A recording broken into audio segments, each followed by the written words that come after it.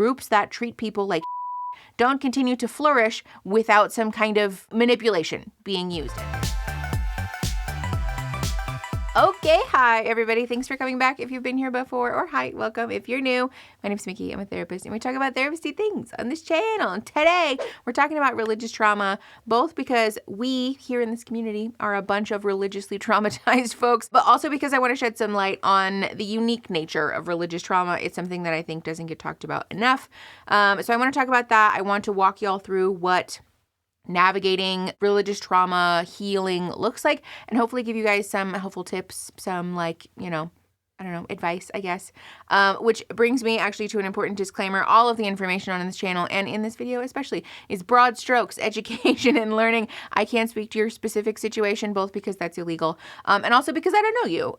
So this is not intended to be therapy or a replacement for that. There are links for therapists in the description if you'd like to find one of your very own. Also, this video has a pretty strong trigger warning for discussions of religious trauma, obviously, but also of trauma generally, of SI, of SA, cults and indoctrination and those things. So if that's a sore spot for you, I will put a playlist up here filled with cool, happy, fun times so that you can politely excuse yourself if and when you need to. So that said, let's get into why leaving religious institutions or religion can be traumatizing in the first place. First and foremost, the important thing here is that people act like religion or spirituality, organized religion especially, is something that is like great all the time. And also that if you decide to leave, that it's not scary. It's like totally fine. You just leave. Both of those things are not true. The unfortunate reality is that, first of all, religion can very much and is very much weaponized to harm people, especially if it is of the high control fundamentalist variety. Those types of religions are very steeped in a often patriarchal attitude, but also use tactics that look an awful lot like cults. We're going to get into what that looks like in a hot second here. But I also want to highlight for folks that leaving religion, oftentimes for folks who, again, have been involved in these very high control, very fundamentalist, very like cult looking religions, to leave one of those institutions or belief systems can feel very daunting, both because there is like a pretty intense focus in those groups about not wanting people to leave, but also because people's entire lives, their families, their social circles, their identities, their sense of self-esteem is all wrapped up in that community. So it's not just as simple as like choosing to walk away. Oftentimes for folks, it's the choice between honoring what your body and your nervous system is telling you, which is that this is bad, that this is scary, and we need to get the fuck out of here, at the cost of everything that you've known your entire life. And often with a heavy dose of public shame and scrutiny, and a lot of the people, if not all of the people, that you've known your entire life, sort of giving you the like outsider treatment, which is a really scary and traumatizing thing to do. Another thing I want to point out here is that another thing that gets tied up in people's belief system or their religious orientation is their sense of right and wrong, their moral compass, if you will. This is another thing that gives deconstructors a really hard time. We're going to talk in detail about that later, or in more detail anyways. But the reason that I want to point this out is that it creates another barrier in folks choosing to leave, because the fear is that without God or the Bible or, religious dogma, I don't know how to operate in this life. And maybe actually I am a terrible person. Maybe I am, in fact, an evil or bad or disgusting or inherently flawed person for wanting to leave. And so therefore I should dive deeper into this religious belief or entity or community or whatever. This is by design. Again, we're going to talk in more detail about the cult tactics that are used in religions like this later, but I wanted to point that out as well. Before we go any further, I want to talk to you about this week's sponsor, which is Delete Me. Delete Me is a hands-free subscription service that removes your personal information from hundreds of data brokers online. And if you didn't know, data brokers are corporations that take your personally identifiable information, which is things like your birthday or your address, even your social security number, and they package all of that up into these profiles and they then sell it. It's not a secret, I think, that I have strong feelings about people's privacy, my privacy, our right to privacy. And so I was excited to work with a service like Delete Me because I really trust them. And I think our ability to keep our lives private is really important. I know that at this point, it's like kind of a meme, honestly, about our information being tracked and sold online. But unfortunately, the information that data brokers are collecting is really serious and it can be involved in some really scary stuff like identity theft and stalking. But thankfully, Delete Me helps to remove your information from these data brokers. They also continually monitor to make sure that you stay removed all year long. And that can help to protect you from these things like identity theft and stalking. I'm going to show y'all my dashboard right now because it's shocking the amount of information that Delete Me is still finding, even though I'm like a really conscientious person and Delete Me has continually monitored. There's new stuff that's popping up all the time. And so again, I'm really thankful that I get to work with Delete Me because clearly it's important. That said, I want y'all to be able to help to protect yourselves also. And Delete Me was kind enough to give me a special code for all of my followers. So you can use code Mickey Atkins to get 20% off of your Delete Me plan if you go to joindeleteme.com/Mickey Atkins and use promo code Mickey Atkins at checkout. That's joindeleteme.com/Mickey Atkins with code Mickey Atkins. Thank you again to Delete Me for sponsoring this week's video. Let's go ahead and hop back in. So let's talk about religious trauma, what it actually is, and the similarities and differences between regular trauma, I guess, and religious trauma specifically. We have talked a lot about trauma generally on the channel. And so if you're familiar with that, the symptoms of religious trauma are going to look pretty similar to things that we have talked about on the channel, like anxiety and depression and PTSD. That said, it is very different in a lot of ways. There's actually a PhD, Dr. Marlene Winnell, I don't know how to pronounce their name, I'm so sorry. Much respect to PhD or to Dr. Winnell, but she coined the term religious trauma syndrome, which isn't like a DSM officially recognized term. However, that said, CPTSD is also not a term that's recognized by the DSM, for example, and I think it's pretty well agreed upon that CPTSD is a very real and very important thing for us to discuss. So grain of salt, as always. That said, she talks about religious trauma and the way that it's like twofold because there are a couple of things happening here. First and foremost, there is the actual pain from leaving the religion and its toxic teachings and things like that, which is sometimes also compounded by things like physical abuse and verbal and also sexual abuse, especially because, like we've talked about, in these religious groups, these high control groups, there is often a very patriarchal attitude that lends itself to harboring and protecting abusers, oftentimes encouraging abusers even. We're going to talk about Tia Leving's book later, but I think her book does a really wonderful job of really like vividly explaining and like putting the reader in the position of like how pervasive that abuse is.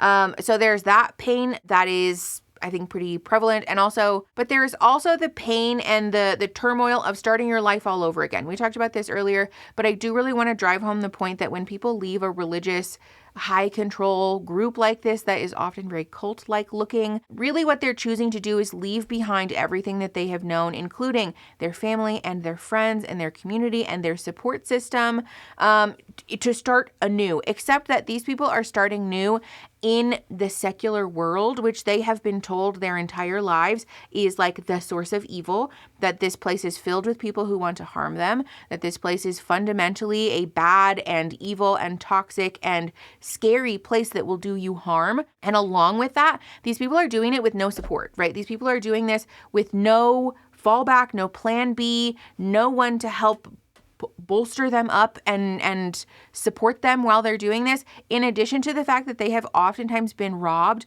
of their self-advocacy skills, right? Their communication skills, their ability to discern people who are safe or not safe, their ability to stand up for themselves, and oftentimes practical skills also, right? Like intellectual job finding skills, trade skills, vocational skills, that's what I'm looking for. All of those types of things, these people are oftentimes, especially the women, are often robbed of those skills. And so what they're trying to do is a thing that is very difficult on its own. It's traumatizing on its own, but they're doing it in an environment and in a way that is doubly hard for them that's very specific to religious trauma. It really cannot be understated how difficult this is. I mentioned Tia Leving's book earlier. If you watched the Shiny Happy People documentary, Tia Leving's was one of the folks who came forward and talked about her experience with Gothardism, and she has written a book that is amazing, first of all. I'm not all the way through it. When I finally finish the book, we will probably talk about it on the channel, but it is very immersive, and I think it's a very compelling read. I really would encourage you to read it. If it's safe for you, don't do the thing where you subject yourself to traumas or triggers, especially for those of us who do it out of a self-flagellation. Please be very mindful of that. Don't subject yourself to it because it is somewhat graphic, I would say, in certain areas. But like I said, it is very compelling, and I think it does a really great job of really driving home the point for folks, the hopelessness and the fear that someone experiences in trying to leave a group like this. That said, I want to be very clear that while religious trauma, in my mind, in the mind of a lot of folks who treat religious trauma, is somewhat distinct in its presentation. That's not to say that you're never going to be able to do meaningful or transformative work with someone who doesn't specifically specialize in religious trauma. We're going to talk about treatment with therapists later, but I do think it's really important to recognize the unique situation, the unique nature of the trauma here. And at the very least, if you're not able to find a clinician who specializes in religious trauma, that you're able to find a clinician or a practitioner or a support group or something that is able to really validate how difficult this is for you, because you do deserve to have somebody really see you and support you and uplift you in something that is uniquely difficult for a lot of reasons, like we already talked about. Okay, so that's it. I want to talk about the aftermath of leaving a religious group and like what that looks like and how we can sort of move through that. I think it's fairly obvious, but actually maybe it's not. A lot of the work that folks are going to walk through is essentially grief work. I talk with my clients about this a lot. The symptoms that folks will experience will look a lot like the stages of grief if you're not familiar. DABDA is the acronym. It stands for denial, anger, bargaining, depression, and acceptance. Christ alive. It's the evening. My brain's not working. Those things you'll experience in any order. They don't have to happen in that order. But the reason that you're going to experience things like this is because you're grieving a loss, right? People experience this when they're leaving or cutting contact with family of origins that were toxic or traumatizing as well. Essentially what we're doing is grieving the fact, first of all, that we didn't have the life and the family and the support system that we deserved. A family or a support system or a religion that was validating, that was supportive, that was kind, that was actually loving and compassionate to us. We're grieving the fact that all of this time has been lost, right? Especially for folks who have been indoctrinated into these very high control religious groups from the time that they were children. There is a whole life that you have to grieve. You're also grieving parents or caregivers or family that you should have had, people who should have protected you, people who should have supported you and not subjected you to these things that are like fully trauma soup. There is a whole life and relationships and, I mean, sometimes for people, a future that you're grieving that you're not going to experience because we've now realized that this group or religion or spirituality that we were involved with was actually dangerous and it was traumatizing and it was abusing us for the entire time that we were a part of that. All of that is like very difficult for people to move through. I think that goes without saying. And so it's really important that folks give themselves time and space to work through that.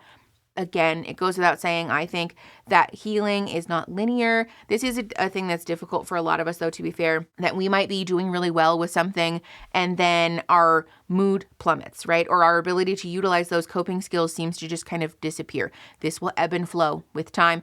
That's the same, I think, with all therapy. Our hope is that our healing will look like this, and it doesn't. I tell my clients all the time, we're doing this. And generally, as long as we zoom way, way, way, way out, if we're able to plot these points on a graph, if we're generally moving in an upward direction, that's the hope. That's our sign that whatever we're doing therapeutically or clinically is working. Again, I know that therapy, well, I haven't said this yet, but I know that therapy is not a privilege that all folks can access. We're going to talk about that later.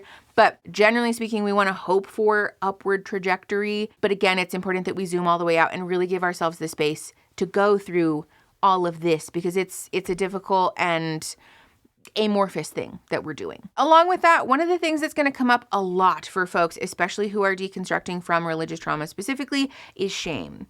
Super fun. Shame and guilt is a very, very pervasive thing when it comes to these groups because one of the tactics that they use to keep people in these groups is a heavy dose of shame about everything, but especially if you are a woman or you're a femme person, really anybody who is being subjected to misogyny or who is a target of misogyny rather, those folks are going to experience shame to a much higher degree or sometimes in a more poignant way. This is by design. Those things are on purpose. And I know that that's going to rub some people the wrong way. I want to be clear.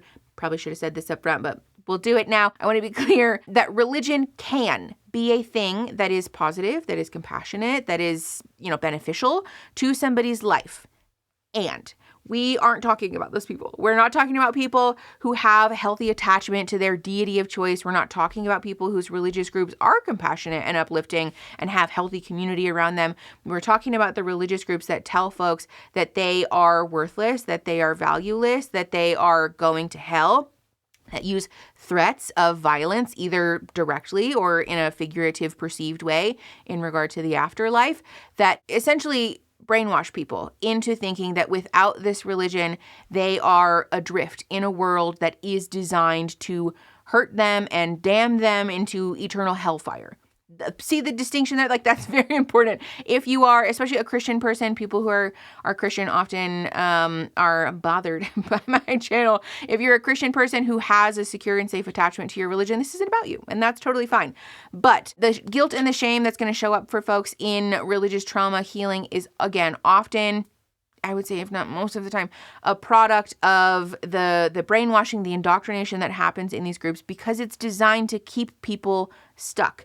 Groups that treat people like shit don't continue to flourish without some kind of manipulation being used. And so the guilt and the shame is going to show up a lot for folks. If you notice this happening for you, please know that that's very normal. It's not that you are bad at healing or that you're doing something wrong. It's that we're continuing to purge and unlearn all of the manipulation and the brainwash and the abuse that you've been subjected to. Again, for some folks, like for a lifetime. If you notice the all or nothing thinking showing up for you as well, this is another common issue that folks will encounter, which is that we are either, especially in a religious view, we're either in the word, we are of the Bible, right? We are of the word and not of the world. Or we're of the world, we are worldly, we are secular, we are bad, we are sinful, and therefore going to hell. It's one or the other. You can't have them both, especially for folks who are pretty judgmental and have a lot of disdain for things like progressive Christianity and things like that. It's very common for us to encounter this all or nothing thinking kind of seeping into everything, right? Like, you might notice this about all kinds of things. Like, if you... Thank you. 2 eggshell shakers. Okay, sorry, it was meds time. Reminder to take your meds in case you forgot. If you notice that coming up for you, sometimes it's as simple as like, I didn't put my grocery cart back after I did my groceries, and so therefore I'm the worst person, right? Clearly this is a sign that I'm not actually a good person on the inside, and this is the like evil, disgusting, Satanistic part of me seeping out of me. Notice that. A lot of the work in deconstructing that and processing this is recognizing that that's a byproduct of indoctrination, right? Of the way that these religious groups view things in a very binary way. Practicing being aware of that and sitting with that. It's not necessarily that we need to be like, no, that's not true, and like trying to cancel it out in the moment. Be careful of that, especially if you have a predisposition for things like OCD. That can become a religious scrupulosity issue, so be careful of doing that. Generally speaking, as far as religious trauma is concerned, I'm not a fan of like thought policing or thought stopping anyways, but practicing sitting with that and reminding yourself that I am feeling this way in this moment because I have been indoctrinated to feel that way my whole life. And it is entirely possible that in sitting with this, in trying to process this, in allowing my brain the space to embrace the gray area here, that I will begin to feel differently about it. Maybe not in this moment, but eventually I will begin to feel differently about these things. And so I don't have to punish myself, to flagellate myself, to subject myself to, any kind of ritual or routine. I don't have to police my thoughts. I don't have to drive back to the grocery store, even though I'm already home, and put my cart in the cart collection thing. It's important to sit with that and remind yourself that the gray area there is what's going to provide you freedom, ultimately. Speaking of gray area, I want to talk about the thing that comes up a lot for folks. This is something I notice a lot in my practice in working with religious trauma, which is that we will often find a difficulty in noticing or developing our own moral compass outside of religion. This is very common for folks because the question of like what's right or wrong or what's moral or immoral is now sort of up in the air, right? We've abandoned the thing that has become or was anyways our metric for determining what's good or bad. When we leave behind the Bible or God or, whatever religious text you have been subjected to, we now have the question of like, how am I supposed to fucking develop my own moral compass? That's very confusing and it's very overwhelming for folks. It sounds kind of silly, honestly. It sounds like a very simplistic thing to be doing, like, I'll just decide my own morals. But it is actually a very tumultuous time for folks, and it can feel paralyzing for a lot of people because I don't know how to make decisions anymore, right? Previously, you have either had somebody dictating to you, this is what's right and this is what's wrong in a very prescriptive environment. Someone just tells you, you don't get to think about or consider the options. You're simply forced to do something. Or you're forced to or heavily encouraged to look to a piece of religious text or dogma or, some other byproduct of the religious rules in order to make all of your decisions. So now on the other side of that, it can feel very overwhelming for something, again, as simple as like, how do I determine what the nicest way is to say this to somebody, right? How do I set a boundary with somebody that's kind? I don't know how to do that. So this is something that's going to come up for folks. And I want to encourage folks to remember again that the gray area is going to be the thing that sets you free. It feels very, very uncomfortable at first, but the work is in leaning into that discomfort, because in doing that, it forces us to sit with these questions about ourselves. I don't know what is right or wrong to me, right? What are the things that I feel very passionate about? What are the things that are very important to me, right? Am I a person who feels called to live an empathy-driven life? Am I a person who feels that it's important to prioritize community or family? Am I a person who feels called to, the idea of like boundaries? Is that something that's very important to me? We start to notice all of these things about ourselves and about our lives that we're like, oh, actually, no, that's something inherent within me. That's something that feels very important. I don't think I could live my life without abiding by that value in some form or fashion, right? And this is the fabric that we begin to weave together about of our own moral compass that becomes kind of this North Star for us. I want to encourage folks to remember that this is a slow process. It's not something that you're going to simply like write in your journal or discover with your therapist in one session and be done, which is another thing that's very important to stress here.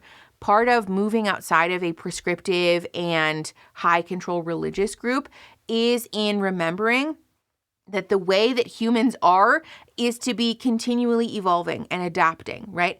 Evolution is a thing that happened for a reason. To change is to be human. And so if you notice that your values, your beliefs, your morals, your, North Star of what's right and wrong is evolving over time, this is good. That does not mean that your past view about it was inherently sinful or wrong or bad or is going to condemn you to a life of eternal hellfire. This is simply proof that you are continuing to do the work of being introspective. You are continuing to do, in my opinion, the wisest thing a human being can do, which is to look inward. Maybe actually the things that I believed in the past weren't actually very good. Or maybe I just have a different perspective on it now, right? Maybe I've learned something about other people or about new circumstances, or maybe I've simply just gained information in a factual way about this situation. And so now I'm able to amend my decision to be better, inclusive of all of the information that I have now. That's a good thing. That's very much a byproduct of being a wise and kind and empathic person. And so while it will feel uncomfortable, it's important for us to continue to lean into that work. Another thing that I wanted to address here that's very common for folks to walk through in healing religious trauma is a feeling of isolation. Again, we talked at the top about how in leaving a high control group like this, oftentimes you're going to have to leave your community behind. You'll often find that your family might turn their backs on you. And so this leaves us in kind of a social vacuum, which can be very, very difficult. And it's also a risk factor as far as our mental health is concerned. So finding that community is very important. A lot of folks talk about chosen family. I talk about chosen family a lot on this channel because I think it's important. In especially the recent years, I think we have come to a realization collectively, socially, that while blood family can be valuable if they're supportive, if they're kind, if they're safe people, it is no less valuable or, important, supportive of somebody's mental health to have family that you just simply weren't born into, right? Finding that chosen family is something that can go a long way in, first of all, being a protective factor of our mental health, but secondly, in providing you a safe space to continue to grow and evolve while you're moving through deconstruction, and also to just simply feel supported, right? Human beings are wired for community and socialization. That's the way that we're meant to be, is to exist in the context of other people. And so finding that chosen family is really important. That said, chosen family is a bit of a process, right? It's not something that we can just like get on Craigslist and be like, chosen family, apply here. It doesn't work that way. So be patient with yourself while you're developing that. And finding community in some regard is also important. So in the meantime, digital community can be very valuable. I know that some folks harp on online community as like not real. I disagree with that. I don't think that's true. I think our Discord server is living proof of that for what it's worth. We have a Discord server, by the way. You can access that at the link below. It's a wonderful place that is filled with people who share their experiences with things like deconstruction, but about, any number of other things. And so while religious deconstruction and recovering from religious trauma is going to be very present for you, it's also important to find community around the other aspects of your personality, right? Hobbies, interests, things that matter to you, that feel important to you, even things as simple as like a sports game or a YouTube channel that you find interesting. Those things are going to be valuable opportunities to develop community and to feel seen in community. That's very important. I also want to highlight the importance of supportive media as well. We talked about this in regard to Jeanette McCurdy's book, I'm Glad My Mom Died, where even something as simple as reading a book about someone else who has gone through the thing that you have gone through can make you feel grounded and seen. And again, like you're not crazy, because this whole process can feel very heady and it can get very lofty. You can feel very lost in your mind and in your thoughts. And so having supportive media to ground you in the reality that like, okay, yes, this is normal. Other people are going through this can go a long way in making you feel seen and, again, just feel grounded. Spirituality and religion, healthy religion, can serve a similar purpose. That said, I want to really caution people, if you haven't done a significant amount of processing around the religious trauma, proceed with caution, especially because religious groups have sometimes a propensity for things like brainwashing and cult-like tactics. So be very careful. Having been a victim of abuse in this way does make it is a risk factor for further abuse. So be very careful about that. That said, things like the ex-evangelical community, ex-Mormon community, and the like New Age spiritual practice, right, pagan practices, those kinds of things can be inclusive spaces if it's safe for you to. So be careful about that, particularly if you struggle with OCD or other compulsion or obsession-based mental illnesses. And again, grain of salt, it's something that can be supportive if the cards are all aligned. That's not what I meant. You get what I'm saying. Okay, let's talk about therapy. Again, I know that therapy is not a resource that everyone is going to have access to, especially in this godforsaken country. That said, ideally speaking, we're going to be able to process the religious trauma in therapy. We talked about Dr. Winnell, I'm so sorry, earlier, but she talks a lot about the ways that religious trauma can be treated. She talks about something called a holistic practice, which I think is very valuable. It's a sentiment that's shared, I think, amongst other therapists as well, for what it's worth. But the idea of treating the whole person, right? She talks about the 4 ways that religious trauma impacts a person. And so having a therapist that's able to really address all of the ways that religious trauma has impacted you, not just in the sort of face value way, can go a long way. EMDR is also another popular one. Somatic experiencing is also going to be a pretty popular one. I talked at the beginning that it is going to be important to find somebody who has experience in religious trauma processing or trauma processing, trauma treatment generally. Especially in rural areas of the country, I'm aware that it's not going to be possible to find somebody who specializes in religious trauma. And again, finding somebody who has trauma experience generally is going to be important. There are other modalities, one called TFCBT, which stands for trauma-focused CBT, as well as psychoanalytic therapy. Both of these can be helpful for religious or spiritual trauma, with like an asterisk. I want to encourage people to be careful, especially if you struggle or suffer from OCD-like symptoms, obsession or compulsion-based things like we just talked about. Those can be not a great fit for things like TFCBT or psychoanalytic therapy. What we know about classic OCD symptoms especially is that both of those modalities are contraindicated, meaning they're going to make your symptoms worse. So do try to be transparent with your therapist if you can. Make sure that you guys are having a very clear conversation about what you're struggling with and that we're really assessing, like, is this modality a good fit before we move forward with it? Okay, like I mentioned earlier, there are always links in the description for folks to find a therapist of their very own. I just put them there like as a courtesy, is like for fun, I guess, just because I like you guys. I am seeing comments somewhat regularly now, actually, that people are saying that they found their therapist from the links in our description, which make me want to cry. So resources at your disposal, as always, if you want them or if you need them. But that said, be kind to yourself, be patient with yourself. religious trauma is a particularly profound experience, and it's going to take time. It's not a linear recovery like we talked about. And also, especially having survived something that is so difficult and that is so shame heavy and wrought with judgment and expectation, now is a time that you get to provide yourself with all of the compassion and the support that you deserved when you were in the middle of this religious trauma. So practice a little bit of self-compassion if you're able to. Big love to you. Also, the community here on this channel, like I said, is a bunch of religiously traumatized folks who also happen to be very queer and very leftist and very neurodivergent and like a little bit weird. And so you're in good company here. We see you and you're very much welcome here. So that said, if you like the video, you can like the video, you can subscribe. We do stuff like this. And we also do a pop culture moment that I'd love to have you stay for.